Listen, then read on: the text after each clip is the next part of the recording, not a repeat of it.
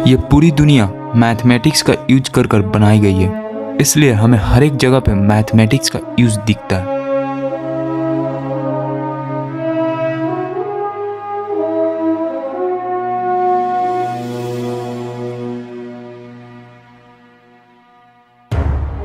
Nature में pattern होता है जो कि नेचर हर एक जगह पे फॉलो करता है, और ये सभी पैटर्न्स मैथमेटिक्स से ही होता है। सभी जगह पे मैथमेटिक्स का सेम रूल ही चलता है। सिर्फ मैथमेटिक्स को स्टडी कर कर पूरे ब्रह्मांड के सीक्रेट को ढूंढा जा सकता है। ऐसा ही कुछ निकोला टेस्ला ने किया था।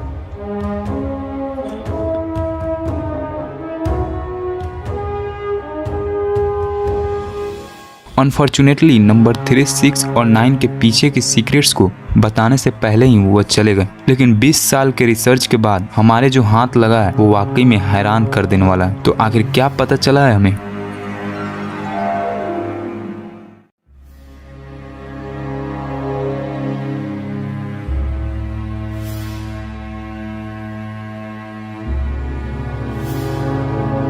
सभी जीव जंतु एक सेल से ही बनना शुरू होते हैं। स्टार्टिंग में 1 सेल डबल होकर 2 सेल में कन्वर्ट होता है, और फिर 2 सेल डबल होकर 4 सेल में, फिर 4 सेल डबल होकर 8 सेल हो जाता है, और ये प्रोसेस ऐसे ही चलते रहता है, और फिर एक बड़ा सा जीव का निर्माण होता है। तो अगर हम इस प्रोसेस को मैथमेटिकली समझे तो हमें ये सीक्वेंस मिलता है।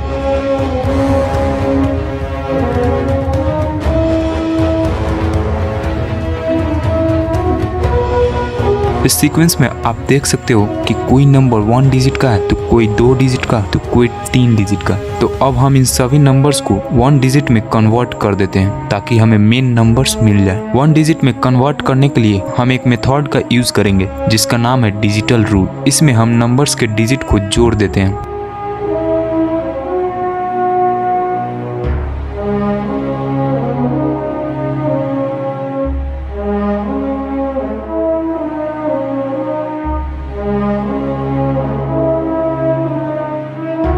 अब हमें जो नंबर मिल रहा है उस पर गौर कीजिए।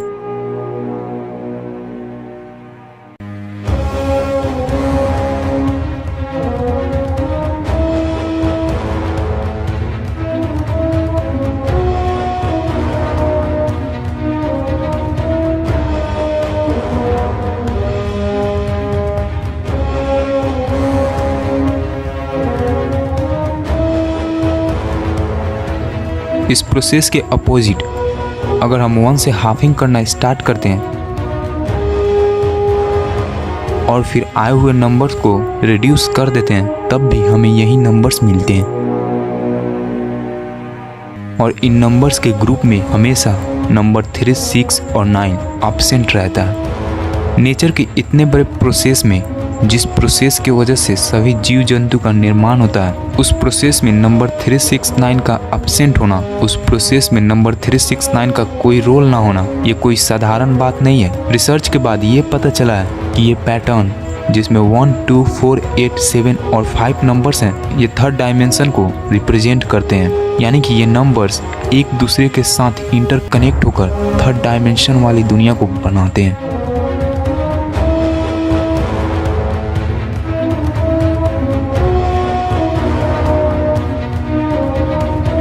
इस फिंगरप्रिंट में इन नंबर्स के बीच में जो ऑसिलेशंस दिखाया गया है वो ये रिप्रेजेंट करता है कि एनर्जी कभी भी डिस्ट्रॉय नहीं होती है, बल्कि एक फॉर्म से दूसरे फॉर्म में कन्वर्ट होती रहती है। इस पैटर्न में 3, 6 और 9 इसलिए नहीं है क्योंकि 3, 6, 9 थर्ड डायमेंशन से भी हायर डायमेंशन वाली दुनिया को रिप्रेजेंट करते हैं। जब हम 3, 6 और 9 से डबलिंग करना और हाफिंग करना स्टार्ट करते हैं, तब हमें कुछ अलग ही देखने को मिलता है।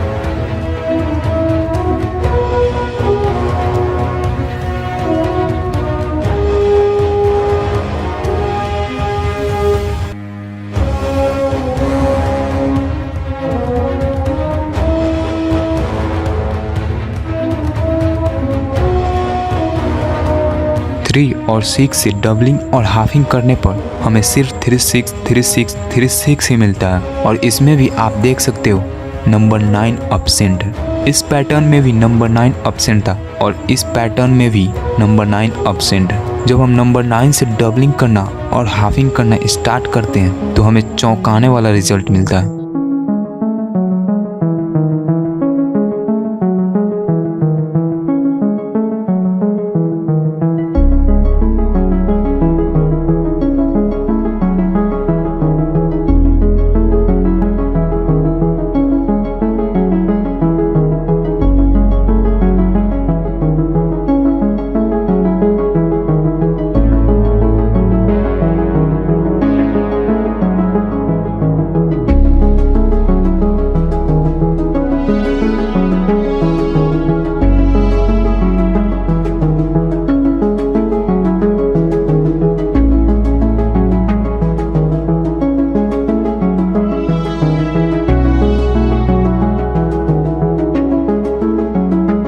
हम सब ये बात जानते हैं कि सर्कल में 360 डिग्री होता है, लेकिन आखिर क्यों? जब हम फुल सर्कल को बाइसेक्ट करना स्टार्ट करते हैं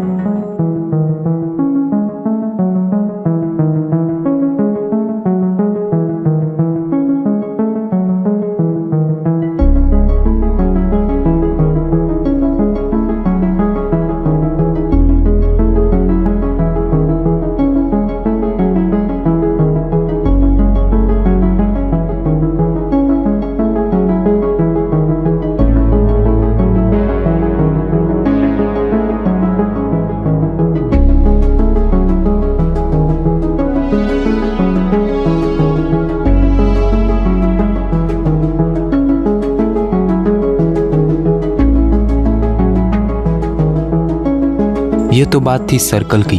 अब हम पॉलीगन्स की बात करते हैं। आपको तो पता ही होगा कि एक ट्रायंगल का सभी एंगल्स का सम 180 डिग्री होता है। तो इसको जब हम रिड्यूस करते हैं तो हमें नंबर 9 मिलता है। सेम इसी तरह से रेक्टेंगल का भी सभी एंगल्स का सम 360 डिग्री होता है और इसको भी रिड्यूस करने पर 9 ही मिलता है। और पेंटागन का भी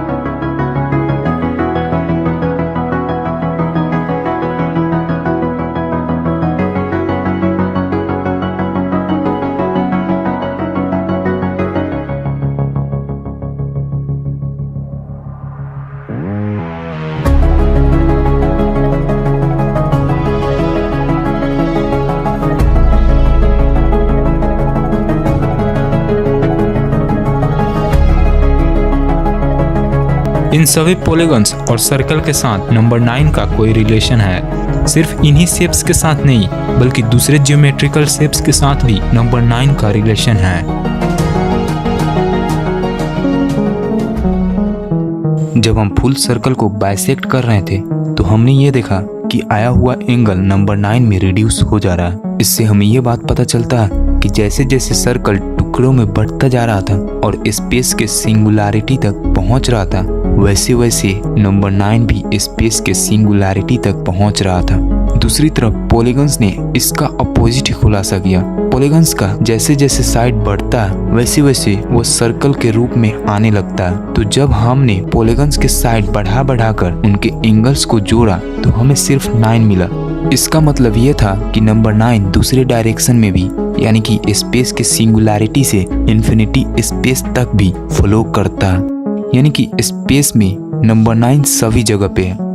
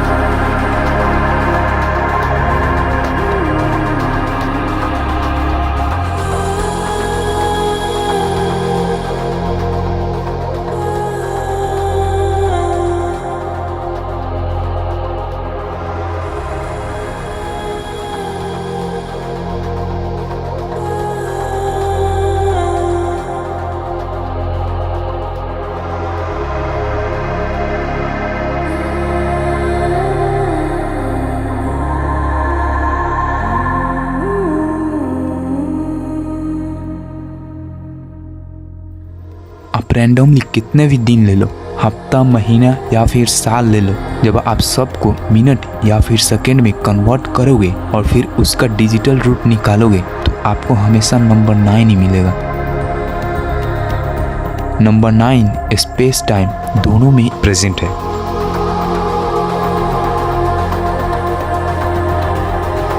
थोड़ी देर पहले जब हमने नंबर 9 से डबलिंग और हाफिंग किया था तो हमें सिर्फ नंबर 9 ही मिल रहा था। इतना ही नहीं, 9 के टेबल में भी हमेशा 9 ही मिलता है। ऐसा इसलिए क्योंकि नंबर 9 नेचर में एक्सिस की तरह काम करता है, हर एक जगह पे ये मेन रोल निभाता है। इस फिंगरप्रिंट में भी यही बताया गया कि नंबर 9 सभी नंबर्स का किंग या फिर क्वीन है।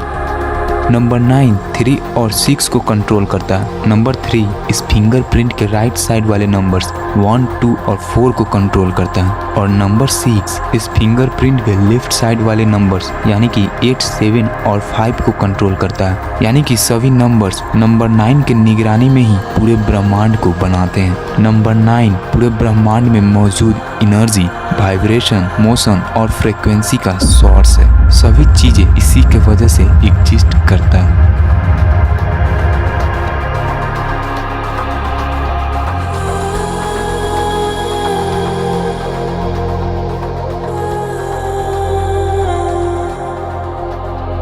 यानी कि निकोला टेस्ला ये कहते थे कि यूनिवर्स में एक कोर है जिसमें से हम सब स्ट्रेंथ, नॉलेज और इंस्पिरेशन लेते हैं। शायद वो नंबर 9 की ही बात कर रहे थे।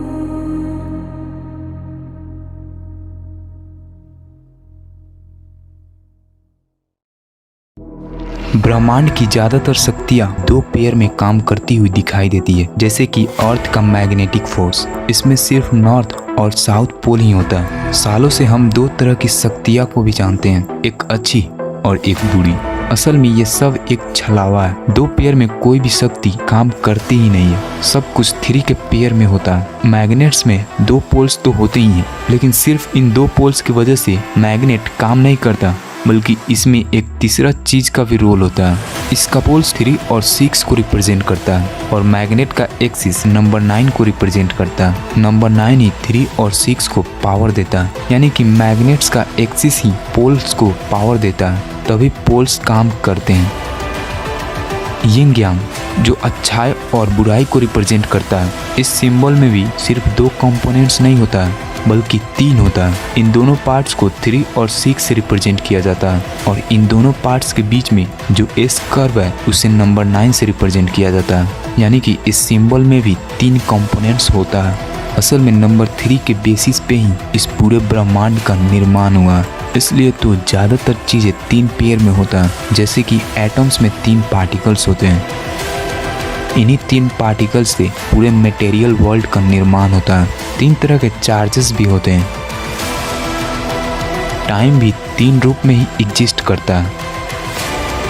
निकोला टेस्ला ने भी यही कहा था कि इन 3 चीज़ों से वाइब्रेशन, एनर्जी और फ्रीक्वेंसी से ब्रह्मांड को आसानी से समझा जा सकता है। इस यूनिवर्स को क्रिएट करने में जितना हाथ नंबर 3 का है उतना ही नंबर 6 का भी है। एटम्स में ध्यान से देखने से हमें ये पता चलता है कि इसमें सिर्फ 3 कंपोनेंट्स नहीं होते हैं, बल्कि 6 होते हैं। 3 पार्टिकल्स और उन 3 पार्टिकल्स में मौजूद 3 तरह के चार्जेस, यानी कि नंबर 3 और 6 हमेशा पेयर में काम करते हैं और इस पूरे ब्रह्मांड को बनाते हैं। लेकिन ये सब कुछ नंबर 9 के कंट्रोल में होता है। नंबर 9 के वजह से ही 3 और 6 यूनिवर्स को क्रिएट कर पाते हैं। यानी कि ओवरऑल नंबर 9 ही सब कुछ है।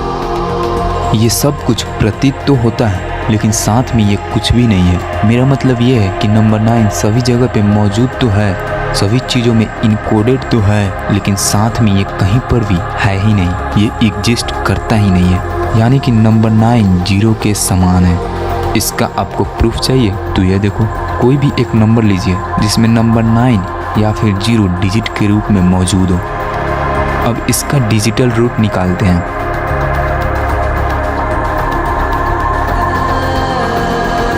अब हम इस नंबर में थोड़ा सा चेंजिंग करेंगे। मान लीजिए नंबर 9 0 के समान है, तो इस नंबर में हम 9 के जगह पे 0 लिख देते हैं और इसका डिजिटल रूट निकालते हैं। हमें सेम डिजिटल रूट ही मिला।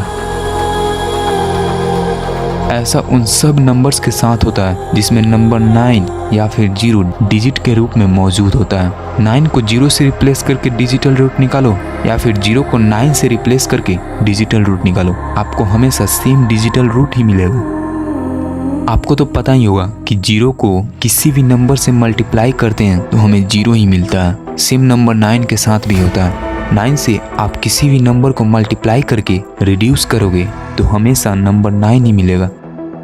इन सभी बातों से ये वेरीफाई होता है कि नंबर 9 0 के समान है और इनमें ज़्यादा अंतर भी नहीं है। इसका मतलब ये हुआ कि नंबर 9 सच में सब कुछ को रिप्रेजेंट करता है। बिग बैंग से पहली वाली दुनिया जब कुछ भी नहीं था उसको भी नंबर 9 रिप्रेजेंट करता है और बिग बैंग के बाद वाली दुनिया जहाँ पे सब कुछ है इसको भी नंबर 9 रिप्रेजेंट करता है।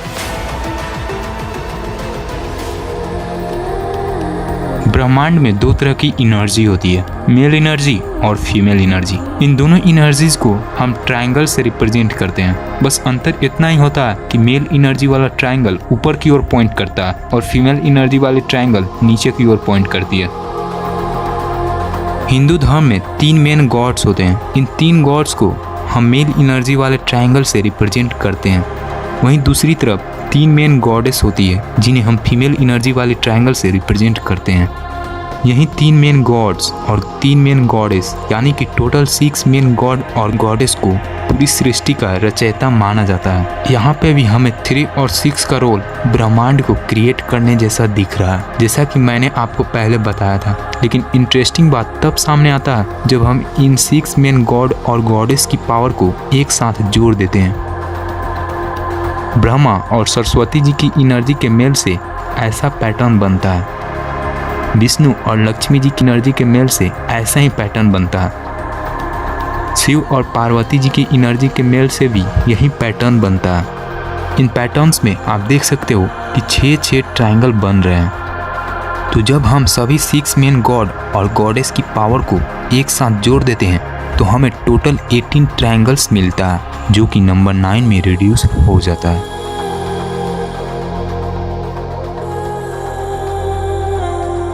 तपस्वियों ने ध्यान के गहराई में जाकर ये पता लगाया कि एक ऐसी ध्वनि है जो हर वक्त हर जगह पे सुनाई देती है। उस ध्वनि को उन्होंने नाम दिया ओम। ओम में 3 तरह के साउंड होते हैं। अगर हम इसके वाइब्रेशनल फ्रीक्वेंसी की बात करें तो वो 432 हर्ट्ज होता है जो कि नंबर 9 में रिड्यूस हो जाता है। स्वास्तिका को एक पवित्र सिंबल माना जाता है जो अच्छाई को दर्शाता है और बुरी शक्तियों से बचाता है। इसके बनावट में हर एक जगह पे नंबर 9 मिलता है।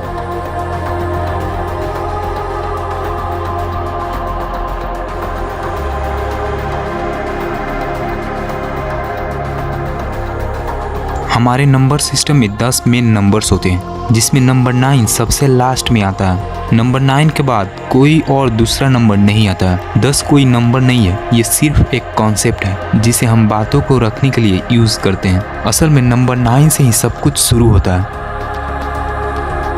और नंबर 9 पे ही सब कुछ आकर खत्म हो जाता है और बीच वाला पार्ट भी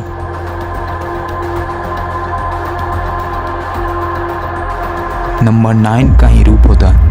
ये सभी बातें हमारे पूर्वज जानते थे। नंबर 9 को हमारे पूर्वज फिनिशिंग पोस्ट कहते थे, यानी कि नंबर 9 को एक ऐसा नंबर कहते थे जहाँ पे सब कुछ आकर ख़त्म हो जाता है, कंप्लीट संपूर्ण हो जाता है। एग्जाम्पल के लिए प्रेगनेंसी पीरियड को ही ले लीजिए। हम 9 महीने तक अपने मम्मी के पेट में रहते हैं। 9 महीने में हमारी बॉडी पूरी तरह से डेवलप हो जाती है और हम धरती पे आने के लिए तैयार हो जाते हैं।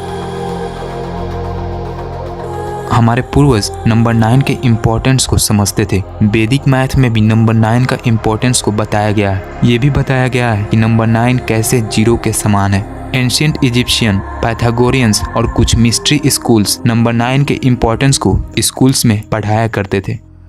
सिर्फ नंबर 9 के इम्पोर्टेंस को ही नहीं बल्कि नंबर 3 और 6 के इम्पोर्टेंस को भी हमारे पूर्वज जानते थे और इसका सबसे बड़ा प्रूफ हमें इजिप्ट से मिल जाता है, पिरामिड ऑफ गीजा। यहाँ पे 3 बड़े पिरामिड्स तो हैं जो 3 ओरियंस स्टार्स के साथ कोरिलेट करते हैं। लेकिन साथ में यहाँ पे 3 छोटे पिरामिड्स भी हैं, यानी कि यहाँ पे टोटल 6 पिरामिड्स हैं, जिन्हें 3 के रेशियो में साइज छोटा कर कर और बड़ा कर कर बांट दिया गया है। बोरोमेन रिंग्स ये एक ऐसा सिंबल है जिसमें 3 रिंग्स होता है। अगर इसमें से एक रिंग को निकाल दिया जाए तो बाकी के 2 रिंग्स अपने आप अलग हो जाते हैं। इन तीनों रिंग्स में से 2 रिंग्स तभी एक दूसरे के साथ कनेक्टेड होते हैं जब हम तीसरे रिंग को भी ऐड करते हैं। ये एक एंशिएंट सिंबल है जिसका यूज हमारे पूर्वज 3 के पावर को दिखाने के लिए करते थे, यानी कि हमारे पूर्वज 3, 6, 9 के इम्पोर्टेंस को जानते थे। लेकिन सवाल अब ये उठता है कि अगर हमारे पूर्वज 3, 6, 9 के बारे में जानते थे तो हमें इसके बारे में तब क्यों पता चला जब निकोला टेस्ला आए? उनसे पहले हमें 3, 6, 9 के बारे में पता क्यों नहीं था?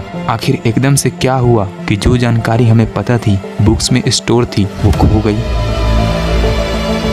कुछ एंशिएंट्स बुक्स में 3, 6, 9 के बारे में जो जानकारी मौजूद है वो बहुत कम है, जबकि कुछ सबूत ये कहते हैं कि हमारे पूर्वज 3, 6, 9 के बारे में हमसे ज़्यादा जानते थे, यानी कि कुछ इन्फॉर्मेशन खो चुकी है। तो वो फाइल्स कहाँ हैं जिनमें हमारे पूर्वजों के द्वारा लिखी गई 3, 6, 9 का इन्फॉर्मेशन मौजूद था? शायद ऐसा हो सकता है कि कुछ फाइल्स एक्सीडेंट में डिस्ट्रॉय हो गए होंगे, लेकिन ये बात कहना सही नहीं होगा कि पूरी दुनिया से ये इन्फॉर्मेशन एक्सीडेंट के वजह से ही खो गई। 3, 6, 9 के बारे में हमें निकोला टेस्ला ने बताया। वो 3, 6, 9 के बारे में बहुत कुछ जान चुके थे और कुछ दिनों में वो रिवील भी करने वाले थे। लेकिन 1943 में उनका डेड बॉडी उनके होटल रूम में मिला। यूएसए की FBI एजेंसी ने यह बताया कि उनकी मौत एक बीमारी की वजह से हुई थी। लेकिन इनके मौत के बाद जो हरकतें हुई वो जान के आपको भी अजीब लगेगा। उनके मरने के बाद यूएसए गवर्नमेंट की ऑफिस द एलियन प्रॉपर्टी ने उनके सभी डॉक्यूमेंट्स को अपने कब्जे में ले लिया और फिर फ्रीडम ऑफ इंफॉर्मेशन एक्ट के तहत सिर्फ उन्हीं डॉक्यूमेंट्स को रिलीज किया जिन्हें पब्लिक किया जा सकता था। अभी भी निकोला टेस्ला के ज़्यादातर डॉक्यूमेंट्स मिसिंग हैं। जिन डॉक्यूमेंट्स को पब्लिक किया गया था उन डॉक्यूमेंट्स में 3, 6, 9 का डॉक्यूमेंट्स मिसिंग था, यानी कि यूएसए की गवर्नमेंट ने उसको अपने पास रख लिया। तो आखिर क्या था उस डॉक्यूमेंट में जिन्हें पब्लिक नहीं किया गया? क्या हो जाता अगर हम 3, 6, 9 के बारे में जान जाते तो? पूरे ब्रह्मांड का सीक्रेट 3, 6, 9 में ही छिपा हुआ है, ऐसा हम कह सकते हैं, क्योंकि यही नंबर्स ब्रह्मांड को क्रिएट करते हैं और फिर कंट्रोल भी करते हैं। जिस दिन हम इन नंबर्स के पीछे की सीक्रेट्स को जान जाएंगे, उस दिन से हमारी दुनिया पहले जैसी नहीं रहेगी, बल्कि उस दिन से हम इस ब्रह्मांड के साथ और मिल घुल जाएंगे। हमारे पास भी गजब की शक्तियाँ होगी, अनलिमिटेड एनर्जी होगी, जिसे बड़ी बड़ी दूरियां भी आसानी से ट्रैवल कर पाएंगे। टाइम से भी नंबर 3, 6, 9 का लेना देना है। तो जब हम 3, 6, 9 के बारे में गहराई से जान जाएंगे तो ऐसा हो सकता है कि हम टाइम ट्रैवल भी आसानी से कर पाएं। यानी कि अगर हम 3, 6, 9 के सीक्रेट्स को गहराई से जानते तो हमारी दुनिया एडवांस होती। और रही बात हमारी पास्ट की, तो ऐसे बहुत से सबूत हैं जिनसे यह पता लगता है कि एंशिएंट सिविलाइजेशन हमसे ज़्यादा एडवांस थी, यानी कि वो 3, 6, 9 के बारे में गहराई से जानते थे। फिर कुछ ऐसा ट्रांसफॉर्मेशन हुआ होगा जिसकी वजह से 3, 6, 9 की इंफॉर्मेशन और एंशिएंट टेक्नोलॉजी खो गई। ये जाहिर सी बात है कि जिस इंफॉर्मेशन का यूज कर डेवलपमेंट लाया जा सकता है, उस इंफॉर्मेशन को गलत तरीके से भी यूज किया जा सकता है, और शायद ऐसा ही पास्ट में भी हुआ था। और यही कारण है जिसके वजह से निकोला टेस्ला की डॉक्यूमेंट्स को यूएसए गवर्नमेंट ने रिलीज नहीं किया और सीक्रेटली यूज किया जा रहा है।